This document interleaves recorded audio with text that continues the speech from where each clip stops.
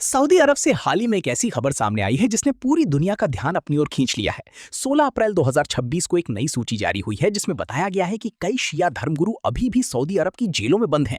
इस खबर के सामने आते ही शिया समुदाय और खासकर अहल अल बैत के मानने वालों में चिंता बढ़ गई है। लोगों को डर है कि धार्मिक स्वतंत्रता पर दबाव बढ़ता जा रहा है और उनकी सुरक्षा खतरे में है। बताया जा रहा है कि ये धर्मगुरु सऊदी अरब के पूर्वी इलाकों जैसे अल ऐसा, कतीफ और दम्माम से जुड़े हैं। इसके अलावा पवित्र शहर मदीना से भी कुछ धार्मिक विद्वान गिरफ्तार किए गए हैं। ये सभी लोग अपने अपने क्षेत्र में धार्मिक शिक्षा और मार्गदर्शन देने के लिए जाने जाते थे, लेकिन अब वे लंबे समय से जेल में बंद हैं और उनके परिवारों को भी उनके बारे में ज्यादा जानकारी नहीं मिल पा रही है। सबसे बड़ी चिंता की बात यह है कि इन धर्म गुरुओं को बिना किसी साफ आरोप या खुली अदालत में सुनवाई की जेल में रखा गया है। कई लोगों को सालों हो गए हैं, लेकिन अभी तक उनके खिलाफ कोई स्पष्ट केस नहीं बताया गया है। अंतर्राष्ट्रीय कानून के अनुसार किसी भी व्यक्ति को बिना सबूत और बिना निष्पक्ष सुनवाई की जेल में रखना गलत माना जाता है। यही कारण है कि मानवाधिकार संगठनों ने इस मुद्दे पर सवाल उठाने शुरू कर दिए हैं। मीडिया रिपोर्ट्स, खासकर डॉयचे वेले जैसे अंतर्राष्ट्रीय समाचार संस्थानों ने भी इस मामले को उजागर किया है। उनके अनुसार सऊदी अरब में सुरक्षा के नाम पर कुछ खास समुदायों को निशाना बनाया जा रहा है।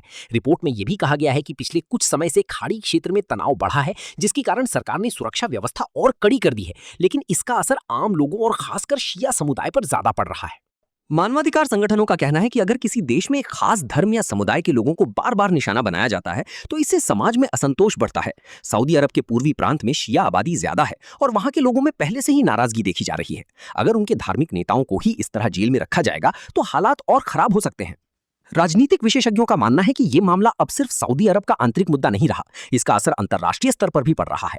सऊदी अरब अपने विजन 2030 के तहत खुद को एक आधुनिक और विकसित देश के रूप में दिखाना चाहता है। इस योजना का मकसद देश में सुधार लाना, पर्यटन बढ़ाना और दुनिया के सामने एक नई छवि पेश करना है। लेकिन जब दूसरी तरफ धार्मिक स्वतंत्रता पर सवाल उठते हैं तो ये छवि कमजोर पड़ जाती है। दुनिया भर के मानवाधिकार कार्यकर्ता अब सऊदी सरकार से मांग कर रहे हैं कि इन कैदियों को न्याय मिले। उनका कहना है कि या तो इन लोगों को तुरंत रिहा किया जाए या फिर उनके खिलाफ खुले कोर्ट में केस चलाया जाए ताकि सच्चाई सामने आ सके। हर व्यक्ति को यह अधिकार है कि वो अपनी बात अदालत में रख सके और उसे कानूनी मदद मिले।